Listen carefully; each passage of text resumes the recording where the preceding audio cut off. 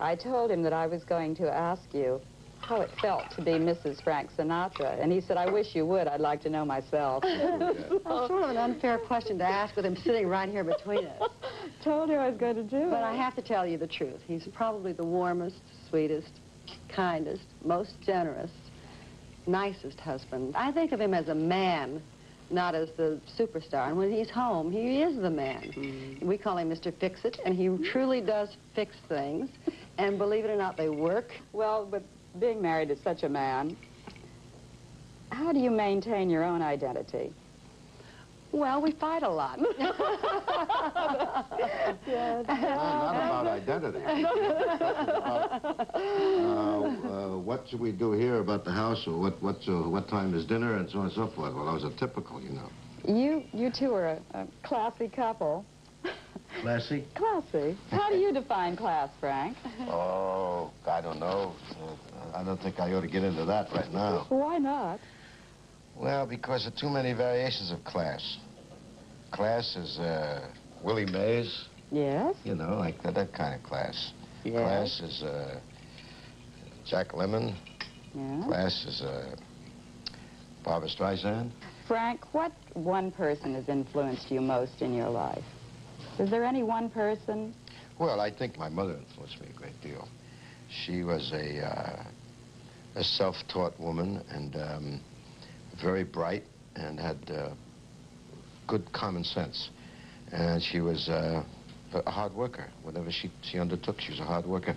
I think I was influenced a great deal by my mother at that point. Frank, you once said about yourself, I've been an 18-carat manic depressive.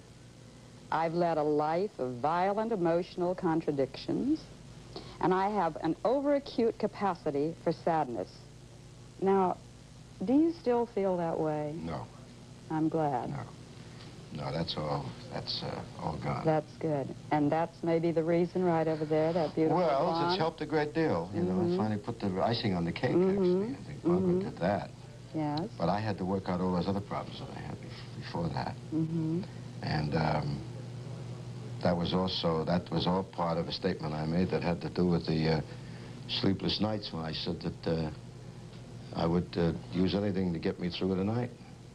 Either a Jack Daniels, an aspirin, or a prayer or something. Yes.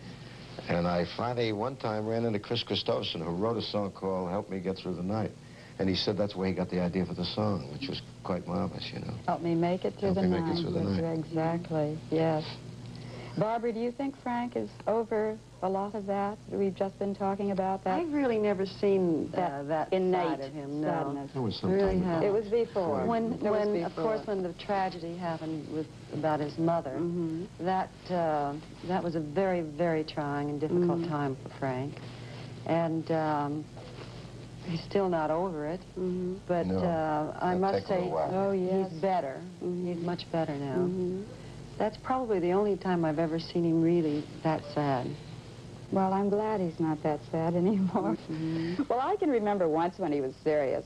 I was in Honolulu, and he called and said, I'm about to retire, and I'd like you to write it.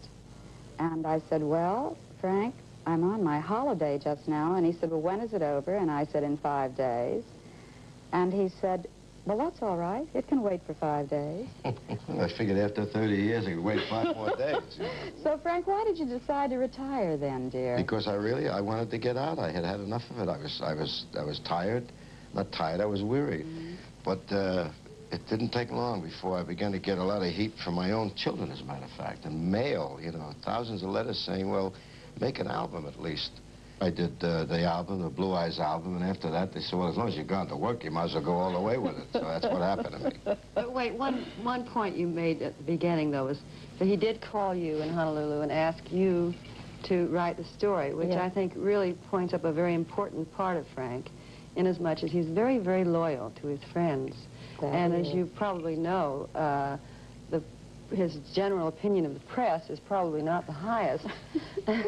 Well, I think you should clarify that. But certain members of the press, it's true, but there are certain members of the press I've had trouble with, and I wouldn't want them for friends if I lived to be 1,000 years old. But of course, Aileen does represent the press. But those who are my friends, are my friends in the press. Of course.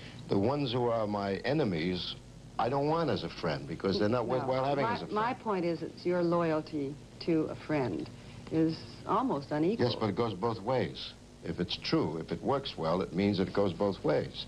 Otherwise, it can't exist. It couldn't possibly exist. That's true.